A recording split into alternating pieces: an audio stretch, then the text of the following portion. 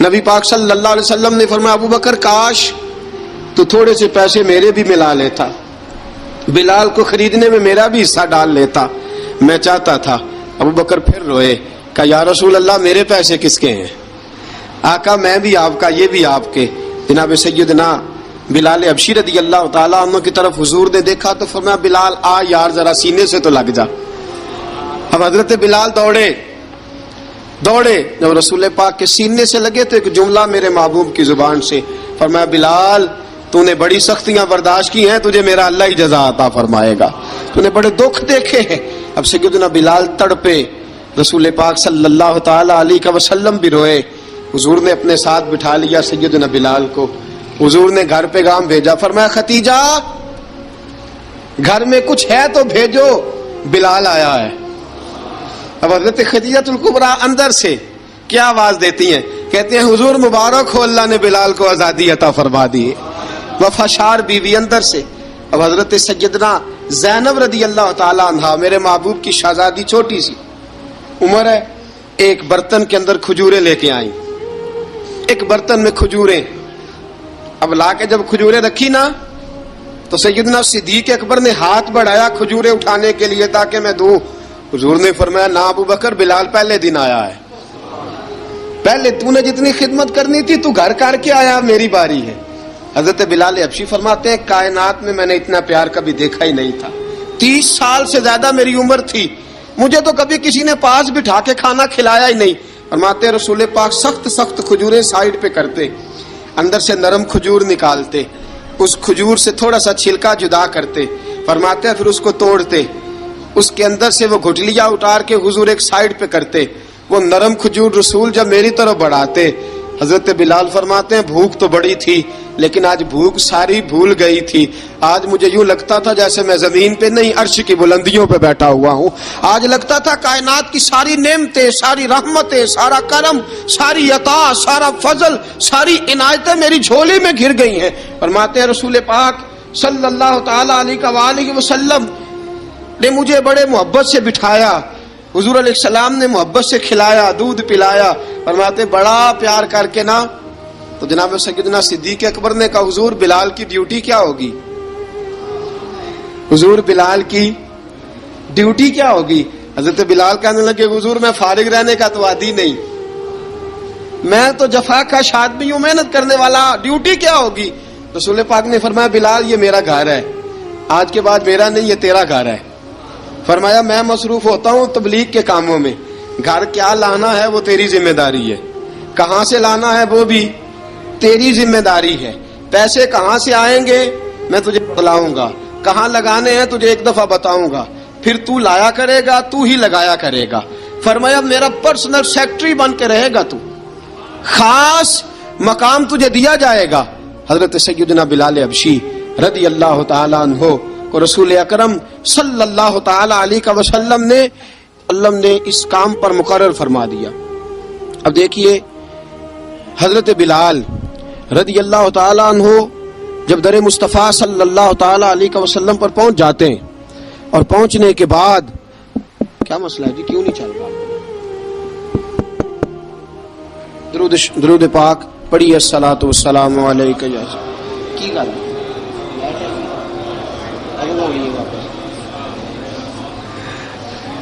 میں یہ گزارش کر رہا تھا کہ حضرت بلال حبشی رضی اللہ تعالیٰ عنہ کو رسول پاک نے یہ ڈیوٹی عطا فرما دی۔ اب پتہ کیا ہوتا، حضرت پردے کی آیتیں تو ابھی آئی نہیں تھی، حضرت بلال رضی اللہ تعالیٰ عنہ رسول پاک کے ساتھ نکلتے تبلیغ کے لیے، کسی کام کے لیے، سودا سلف لاتے بازار سے، یہ مکے کے دنوں کی بات ہے، مکے کے دنوں کی سودا سلف بازار سے لاتے۔ اب 4 بیٹیاں تھیں حضرت خدیجہ الکبریٰ کی، گھر کے کام کاج ہوتے تھے، جب ذرا فارغ ہوتے دروازے پہ دستک دیتے، حضرت خدیجہ فرماتی بلال تو آ گیا ہے، وہ دستک سے پہچانتی ہیں کہ بلال کے دستک ہے، بلال آ گیا، کہا اماں جی میں سارے کام کاج باہر کے ختم کر آیا ہوں، گھر کا کوئی کام ہے تو ذرا مجھے بتاؤ۔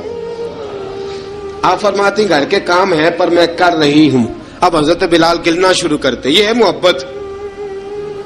آج اگر ہم کہیں خادم ہو بھی نہ تو بہانے ڈھونڈتے پھرتے ہیں فارغ ہونے کے۔ حضرت بلال فرماتے آپ نے چکی پیس لی ہے، گھر میں جھاڑو دے لیا ہے، بچوں کے لیے دودھ آ گیا ہے، بکریوں کا دودھ دھو لیا گیا ہے، ایک ایک کام پوچھتے ہیں. حضرت خدیجہ الکبریٰ فرماتے یہ بھی ہو گیا، یہ بھی ہو گیا، چکی رہ گئی ہے پیسنے والی. فرماتے ذرا دروازہ کھول دو، میں پیس ڈالتا ہوں. حضرت بلال گھر کی چکی پیستے، گھر کے کام کاج کرتے. ایک دن نہ دار ارقم میں رسول پاک تھے تو باہر سے کچھ شورش ہوئی.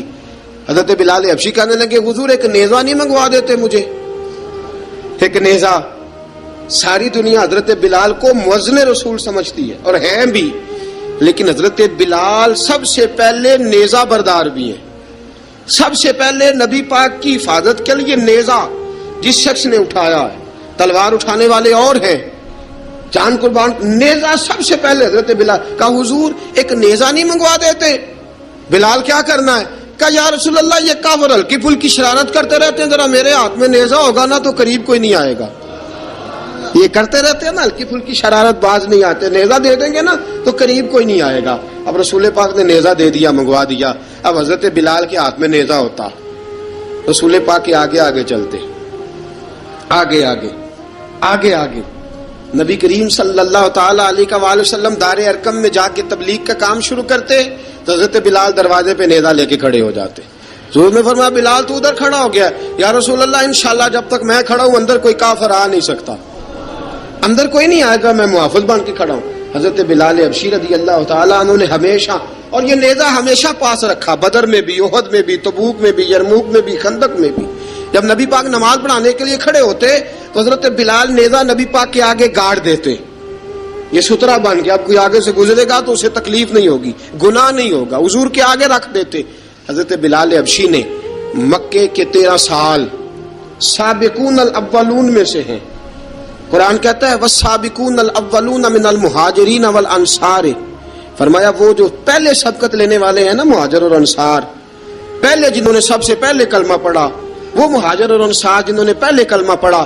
اور فرمایا والذین اتبعوہم باحسان، اور وہ جنہوں نے احسان کے ساتھ ان کی پیروی کی، رضی اللہ عنہم ورضوا عنہ. فرمایا وہ اللہ سے راضی ہیں، اللہ ان سے راضی ہے، اللہ انہیں جنت میں داخل کرے گا جس کے نیچے نہریں بہ رہی ہیں. ذالک الفوز العظیم. فرمایا یہ بہت بڑی کامیابی ہے پہلے کلمہ پڑھ لینا. حضرت بلال سابقون الاولون میں سے، پہلے کلمہ پڑھنے والے لوگوں میں سے. جناب سیدنا بلال حبشی رضی اللہ تعالیٰ عنہ نے پوری دلیری کے ساتھ کام کیا. اب آ گیا وقت ہجرت کا.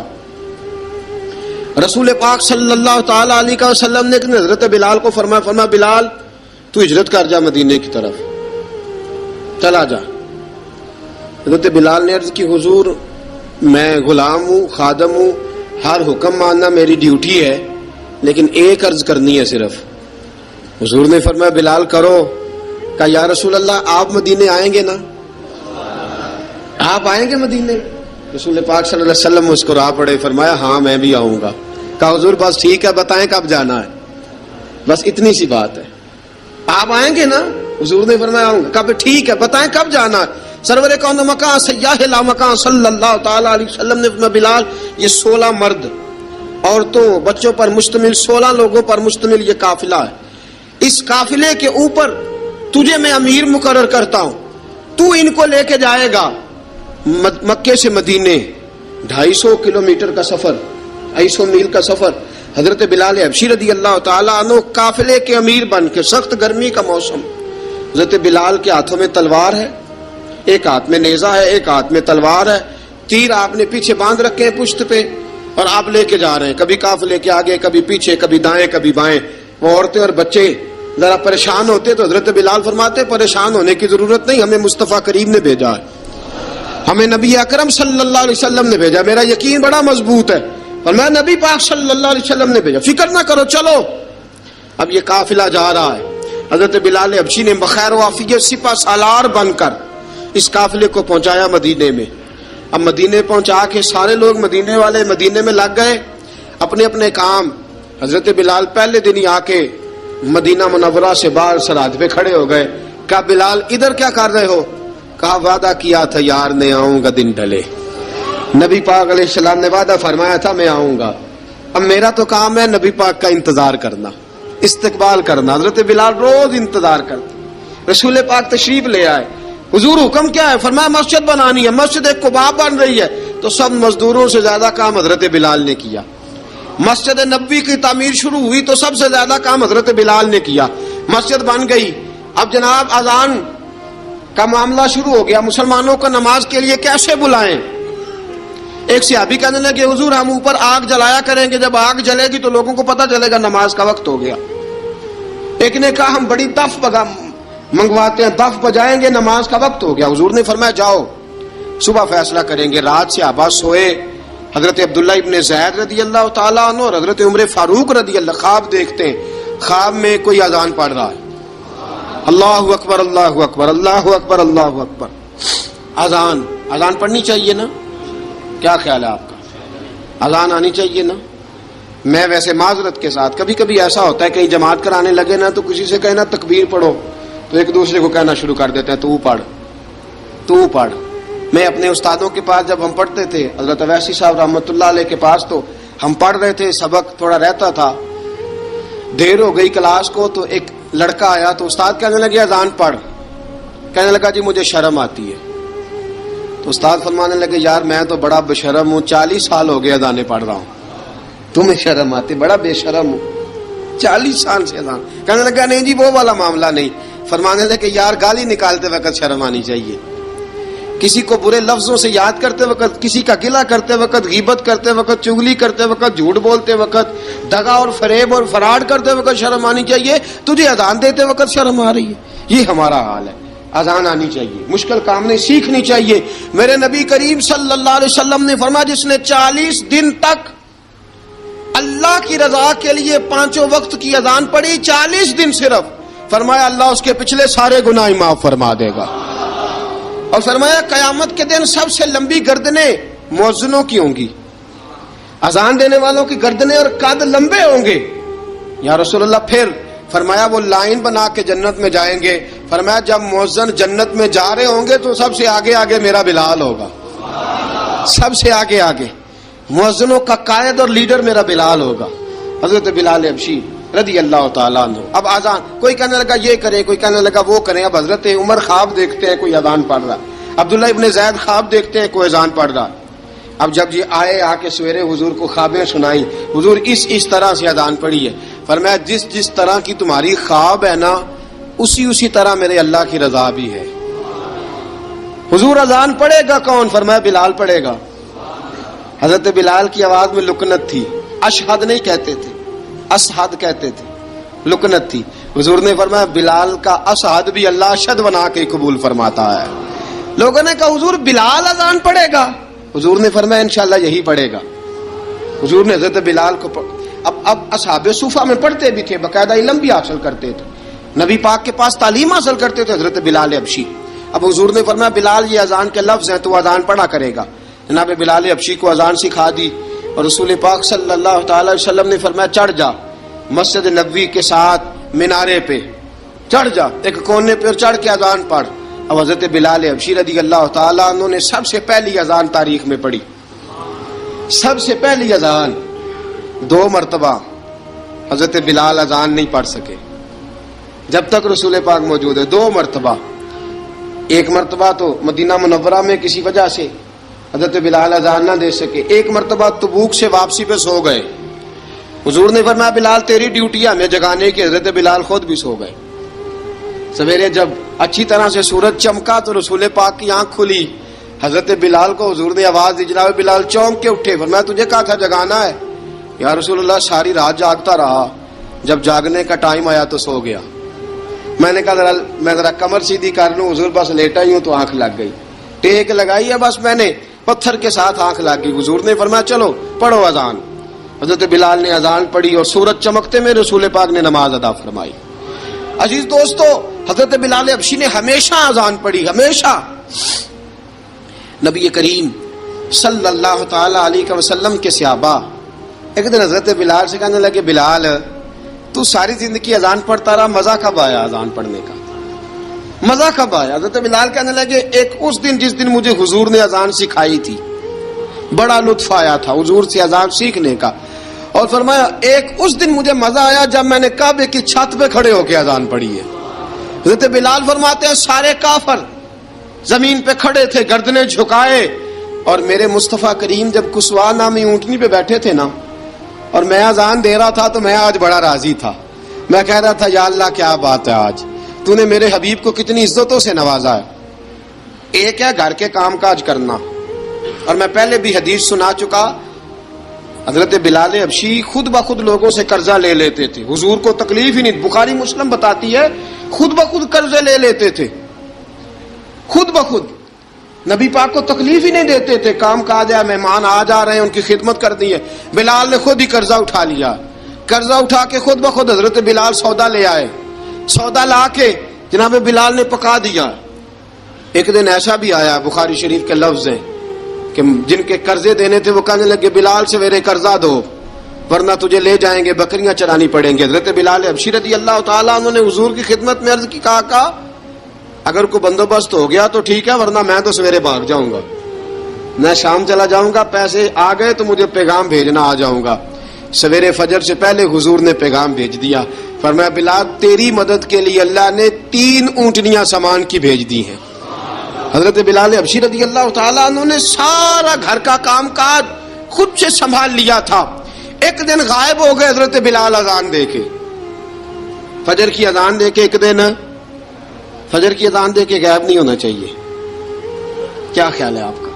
مؤذن کو اذان دے کے غائب، اسے مسجد میں پھر رہنا چاہیے.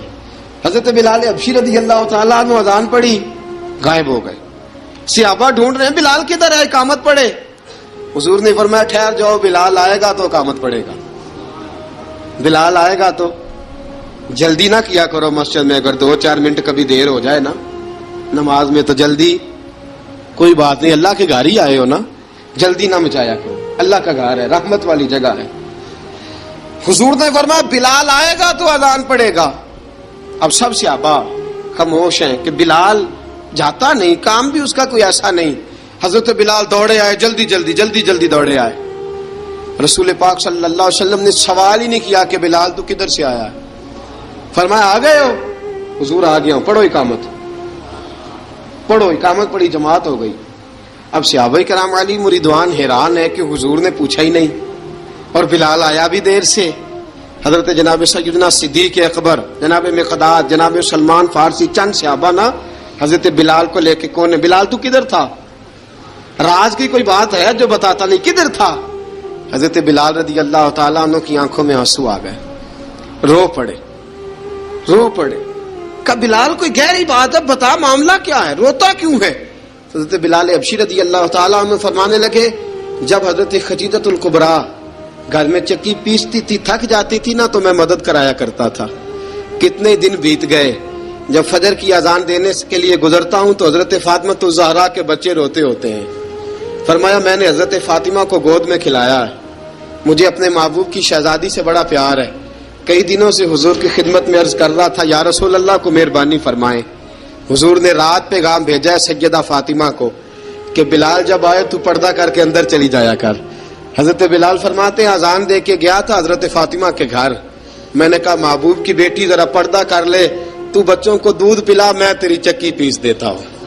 حضرت بلال حبشی کی آنکھوں میں آنسو رو رو کے بتلاتے ہیں. فرمایا سیدہ طیبہ طاہرہ حضرت فاطمہ الزہرا، میرے حبیب نے پتہ کیا فرمایا؟ فرمایا جس نے فاطمہ کو راضی کیا اس نے تو مجھے راضی کیا. حضرت سیدنا بلال حبشی فرماتے ہیں میں نے چکی پیسی اور میں تمہیں کیا بتاؤں، میرے محبوب کی بیٹی نے مجھے بڑی ہی دعائیں دی ہیں، انہوں نے مجھ پر بڑا ہی اظہار محبت فرمایا ہے. فرمایا میں آذان سے لے کر جماعت تک لوگ تسبیحاں رولتے ہیں، لوگ قرآن کی آیات کی تلاوت کرتے ہیں، آذان سے لے کر جماعت تک لوگ مختلف قسم کے اذکار میں مشغول ہوتے ہیں. فرمایا میرا ذکر سنو، میری تلاوت سنو، میرا وظیفہ سنو. میں آذان سے لے کر جماعت تک محمد عربی کی بیٹی کی خدمت کرنے چلا جاتا ہوں. رسول پاک صلی اللہ علیہ وسلم کی شہزادی کی چکی پیس کے آیا. حضرت بلال نے اس انداز میں، بدر کی جنگ لگ گئی، بدر کا مارکا، حضرت بلال کے ہاتھ میں تلوار ہے، کہا میں لڑوں گا، پورا جہاد کروں گا. امیہ بن خلف جو بڑا مارا کرتا تھا نا وہ دوڑ رہا تھا اپنے بیٹے کو لے کے، آگے کچھ صحابہ کھڑے تھے، وہ قریب سے گزرنے لگا. حضرت بلال نے فرمایا ذرا پکڑنا امیہ کو، یہ مجھے مارا کرتا تھا، ذرا پکڑنا، نہ جانے نہ دینا. امیہ کو صحابہ نے روکا. حضرت عبد الرحمن ابن عوف نے پکڑ کے ایک زور سے گھونسا مارا، ادھر جا کے گرا. حضرت بلال تلوار لے کے کھڑے ہیں امیہ کے سر پہ. کہا امیہ میں تجھے نہیں کہا کرتا تھا اللہ میرے مصطفیٰ کو بڑی عزتیں عطا فرمائے گا؟ میں تجھے نہیں کہا کرتا تھا کہ خدا ہمیں غلبہ دے گا؟ هو الذی ارسل رسولہ بالہدی ودین الحق لیظہرہ علی الدین کلہ. میں نہ کہا کرتا تھا کہ اللہ اس دین کو ہر دین پہ غلبہ دے گا، اور میں دیکھ اللہ نے ہمیں عزت دے دی، دیکھ تو ذلیل کر دیا گیا. حضرت بلال نے مارا، گردن اڑا دی. حضرت ابوبکر صدیق پیچھے دیکھ رہے تھے، دوڑے ہوئے آئے، کہا بلال مبارک ہو، بلال مبارک ہو، آج تو تیرے سارے بدلے پورے ہو گئے. حضرت بلال نے سجدہ شکر ادا کیا. میرے دوستو بڑی باتیں ہیں جناب بلال کی کرنے والی. یہ وقت ساتھ نہیں نہ دیتا کسی کا، یہ رک جاتا ہے، یہ کہتا ہے کہ بس اب رک جاؤ، وقت ہو گیا آگے گزرنے کا. حضرت بلال حبشی رضی اللہ تعالیٰ عنہ رسول پاک کا وصال ہوا نا، حضرت بلال نے منہ سے لفظ ہی کوئی نہیں ادا کیا. کسی نے اپنا دکھڑا کسی انداز میں سنا لیا. حضرت عمر نے کہا، جس نے کہا حضور وصال کر کے گردن اڑا دوں گا. حضرت عثمان غنی نے کہا خبردار کوئی مجھے آ کے نہ بتائے کہ مصطفیٰ وصال کر گئے. حضرت علی المرتضیٰ رضی اللہ تعالیٰ عنہ نے فرمایا نہ بھائی میرے مصطفیٰ پر تو موت آتی ہی نہیں، جس طرح عام لوگوں پہ. سب لوگوں نے اپنے اپنے اظہار کر لیے نا، بلال نے کسی کو دکھ بتایا ہی نہیں. ایک کونے میں بیٹھ کے نا حضرت بلال اکیلے آنسو بہاتے رہے، کسی کو بتایا ہی نہیں، اکیلے روئے. ایک شخص کہنے لگا یار بلال بولتا نہیں. کہا نہ بلاؤ اسے. عصر کی نماز کا وقت ہوا نا تو وہ بلال جو کعبے کی چھت پہ بغیر سیڑھیوں کے چڑھ گیا تھا، وہ بلال جو کعبے کی چھت پہ بغیر کسی سہارے کے چڑھ گیا تھا، اس بلال کو کہا کہ بلال چڑھ ذرا، آذان پڑھ، مسجد کی چھت پہ چڑھ جا. حضرت بلال کئی بار چڑھے اور کئی بار گرے، کئی بار چڑھے اور کئی بار گرے. حضرت بلال حبشی رضی اللہ تعالیٰ نے آواز دی، کہا سلمان میری مدد کرنا، میری مدد کرنا، اب مجھ سے چڑھا نہیں جاتا، اب مجھ سے جایا نہیں جاتا. جناب سلمان فارسی نے بھی سوال نہیں پوچھا کہ بلال تو بیمار ہے، یہ نہیں پوچھا. حضرت بلال کو دو چار صحابہ نے اٹھایا، چھت پہ پہنچایا. بلال نے اذان شروع کی.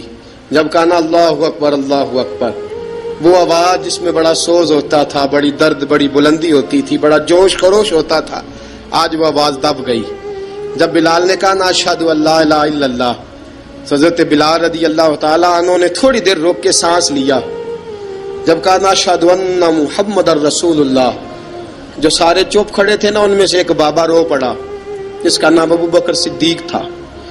جب حضرت ابو بکر صدیق کی آنکھ میں آنسو آیا تو حضرت بلال چھت کے اوپر زمین پہ گرے، زمین پہ گرے اور کہا ابو بکر یہ ڈیوٹی کسی اور کی لگا دے، یہ ڈیوٹی کسی اور کی لگا دے، اب میری روح اجازت نہیں دیتی، مصطفیٰ کریم کے بعد مجھ سے اذان نہیں پڑھی جائے گی. آپ نے واقعہ سن رکھا ہے کہ ایک بار صحابہ نے بلایا، دوبارہ آئے، حضور خواب میں ملے، کہا بلال تو آتا کیوں نہیں؟ بلال چھوڑ کے چلے گئے تھے. فرمایا اب میرا یہاں دل نہیں لگتا. ملک شام کے شہر حلب میں چلے گئے تھے، چھوڑ دیا تھا مدینہ منورہ. اب میری نگاہوں میں جچتا نہیں کوئی، جیسے میرے محبوب ہیں ایسا نہیں کوئی. حضور خواب میں ملے، آئے مدینے. حضرت بلال آخری بار، لوگوں نے کہا اذان پڑھو. کہا مجھے وہ اذان بھول ہی گئی ہے جو مجھے مصطفیٰ کریم کے زمانے میں پڑھا کرتا تھا، مجھ سے نہیں پڑھی جاتی، نہ مجھے کہو، میں کیسے پڑھوں؟ امام حسن اور حسین نے آ کے دامن تھاما نا تو کہا بیٹا میں تمہاری نانی کا بھی نوکر رہا ہوں، میں تمہاری ماں کی چکی بھی پیستا رہا ہوں، مجھ سے کوئی فرمائش نہ کر ڈالنا، میں نے نوکری کی ہے اور مجھے اگر اللہ نے توفیق دی تو میں تمہارے بچوں کے پیر بھی دھویا کروں گا. لیکن امام حسن رضی اللہ تعالیٰ عنہ نے فرمایا بلال ایک بار تو اذان سنانی پڑے گی. سنائی بلال نے اذان. کوئی گھر مدینے میں ایسا نہیں تھا جہاں سے رونے کی آواز نہ آئی ہو. حضرت عمر فاروق رضی اللہ تعالیٰ عنہ اپنے زمانے میں شام گئے تو جناب بلال حبشی رضی اللہ تعالیٰ عنہ سے کہا کہ اذان پڑھو. حضرت بلال نے فرمایا میں پڑھ ہی نہیں سکتا. بڑی ہمت کے بعد اذان پڑھی اور جناب بلال نے کہا تم اگر روئے نہ تو میں اذان پڑھوں گا. رونا نہ، وعدہ لے لیا. حضرت عمر تو نہ روئے لیکن معاذ ابن جبل نے رونا شروع کر دیا.